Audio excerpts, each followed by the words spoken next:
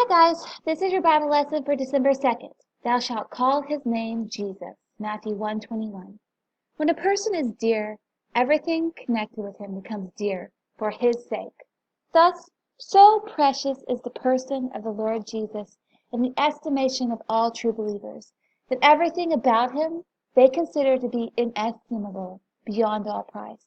All thy garments smell of myrrh, and aloes, and cassia, said David, as if the very vestments of the Saviour were so sweetened by his person that he could not but love them.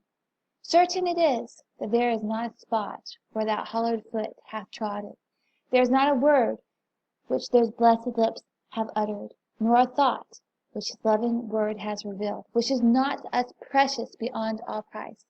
And this is true of the names of Christ. They are all sweet in the believer's ear, whether he be called the husband of the church, her bridegroom, her friend, whether he be styled the Lamb slain from the foundation of the world, the King, the prophet, or the priest.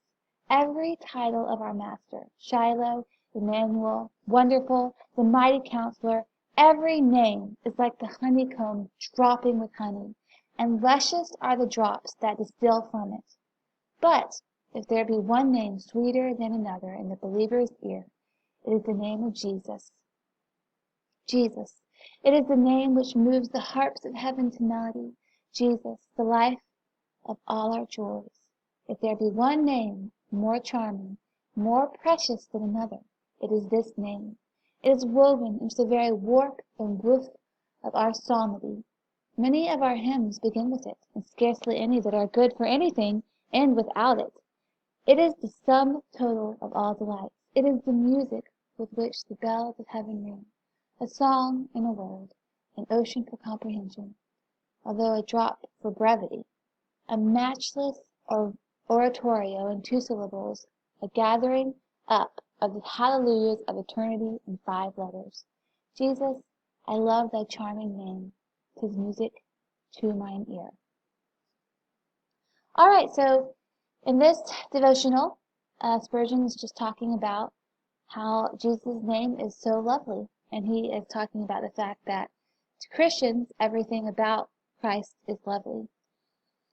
And what I want you to do for today is, since we are in December, we're in the Christmas season, I want you to think about the story of Jesus coming and the fact that he came in a manger. And I want you to think about how his coming in that way is precious to you as a Christian.